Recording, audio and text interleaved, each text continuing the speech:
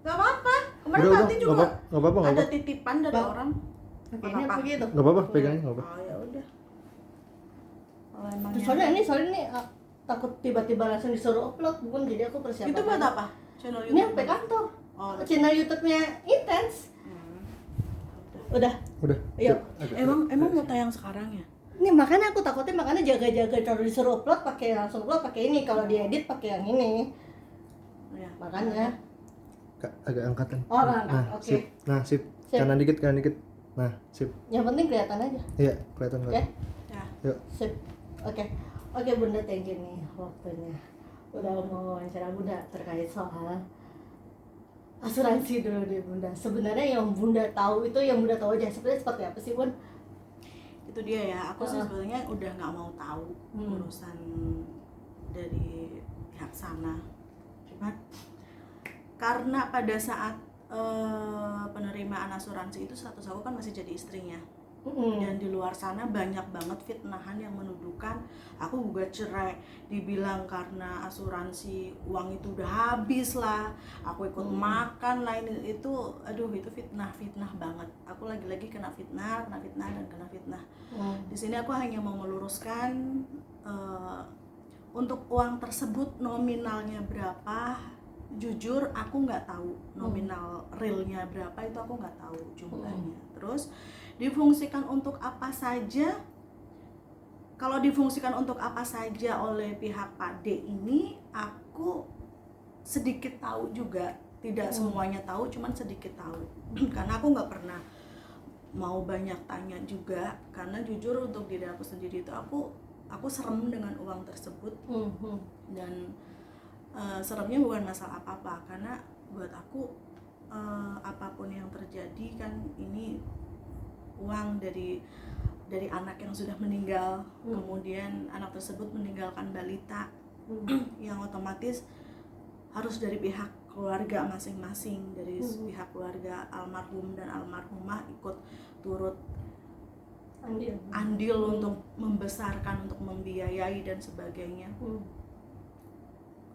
Pesan saya pertama pada Pak Dodi saat itu ketika uang asuransi udah turun, dan saya pun tahu setelah hampir 1 minggu itu saya baru tahu bahwa uang tersebut udah keluar dari mulut Pak Dodi sendiri. Terus saya hanya pesen tolong diperjelas semuanya dulu, jangan dipakai untuk apapun dulu, diperjelas saja. Sementara kamu tahu uang asuransi itu dulu almarhumah membuat asuransi itu sumber uangnya dari mana, kamu tahu. Dan sekarang udah ada cucu kamu, almarhum meninggalkan seorang anak yang wajib kamu harus tanggung jawab juga di situ. Apapun yang terjadi itu darah daging kamu. Nah, pesan aku cuman itu memang hak mutlak kamu, karena untuk asuransi di situ kan ahli warisnya di situ ditetapkan atas nama Dodi Sudrajat, karena pada saat itu Vanessa belum menikah dan belum punya anak. Kemudian saya hanya pesen silakanlah, walaupun itu udah menjadi hak mutlak kamu, tapi kita sebagai orang tua dan kamu adalah keluarga inti daripada cucu kamu ini, tolong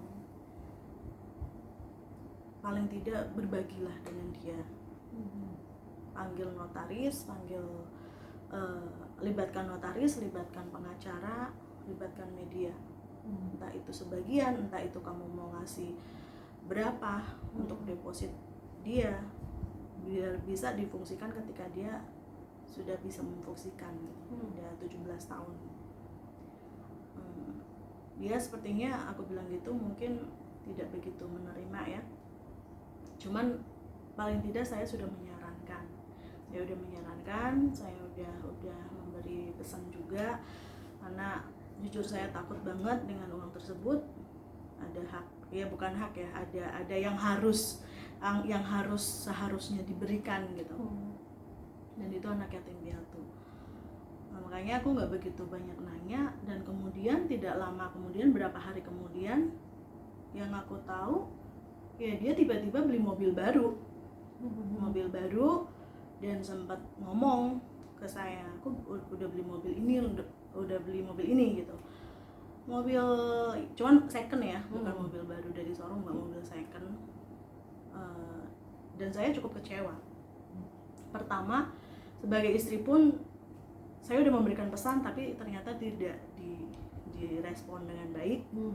Terus pesan saya juga itu yang tadi yang aku nitip, tolong diselesaikan baik-baik dulu, jangan dipakai dulu. Terus kemudian kedua, saya nggak pernah diajak cerita untuk dia progres dia untuk apa gitu tuh, saya nggak pernah dikasih tahu dia ternyata beli mobil baru aja gitu. Dan saya ya hanya bisa diem. Waktu itu komunikasi masih ada, hanya bisa diam, terus hanya bisa istighfar aja. Semakin ngeri gitu. Aku berpikir hanya semakin ngeri aja. Itu aja sih yang aku tahu. Terus ya setiap hari dia kesana kemari, ya udah pasti menggunakan uang apa lagi kalau bukan uang tersebut gitu. Makanya untuk jelas dan kepastiannya ya saya hanya bilang, kalau kemarin dia sempat saya dengar sempat banyak ribuan DM sama ribuan tag di Instagram saya, sempat dengar statement dia yang uang tersebut udah diberikan ke seseorang. Kalau aku boleh bilang sih itu bohong banget. Dan ternyata ada statement lagi dari orang tersebut, ada judul baru lagi kan. Ya itu udah inilah, ya biarkan masyarakat yang menilai. Yang biar bisa valid ya itu aja sih, cuman suruh print aja, disuruh di print out aja rekening koran gitu, itu udah pasti kan jelas. Begitu uang itu masuk tanggal berapa, di jam berapa, terus difungsikan keluar untuk apa saja, itu udah pasti ada semua, nggak bisa bohong kalau itu. Cuman ya terserah kan ya